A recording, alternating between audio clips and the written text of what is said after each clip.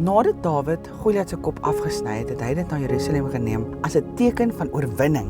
Dit was nie 'n ongewone praktyk in Dawid se dae om die kop te vat van jou vyand wat afgesny is en dit omhoog te hou as bewys van oorwinning nie. Dit het verskeie doeleindes gehad. Dit het die dood van jou teenstander bevestig, dit was identifisering van wie oorwin is en dit het gedien as 'n waarskuwing vir jou vyand. Vandag roep God jou om op te staan en die kop af te kap van elke reus wat probeer het om jou 'n slaaf van die koninkryk van duisternis te maak. Hy roep jou om klaar te maak wat jy begin het. Dawid het net die reus met die slingervel en klippe doodgemaak. Hy het nie daar gestop nie. Hy het verder gestap en hom onthoof ook. Dit was sy bewys van totale oorwinning en dit was die getuienis van Goliat wat die deure toe later vir hom na die paleis toe oopgemaak het. Ek hoor die Gees van God sê vandag vir jou, jou oorwinning is hier. God gaan nuwe deure vir jou oopmaak. Jou seisoen van oorlogvoering breek los en God gaan alles wat nie van hom af is nie, verwyder voor jou. Hy gee vir jou die kop van jou vyand as 'n teken van oorwinning aan jou familie, jou stad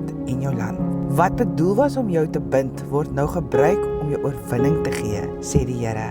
Maak gereed, want jy is op die punt om oor jou Jordaan te gaan. Ek sien hoe profetiese woorde oor jou gespreek word en ek sien deurbrake kom oor die dinge waaroor jy gebid het. Wees vandag bemoedig deur hierdie woord. Die seisoen van totale oorwinning is hier. Vader, wat 'n heuglike dag leef ons nie. En wat 'n wonderlike seisoen lewe ons nie vandag nie, waar die vyand ons wil laat besmoedig maak. Wys U vir ons, die oorwinning is in U hande en die deurbrake is voor ons deur. Ons eer U daarvoor, ons het U baie lief in Jesus naam.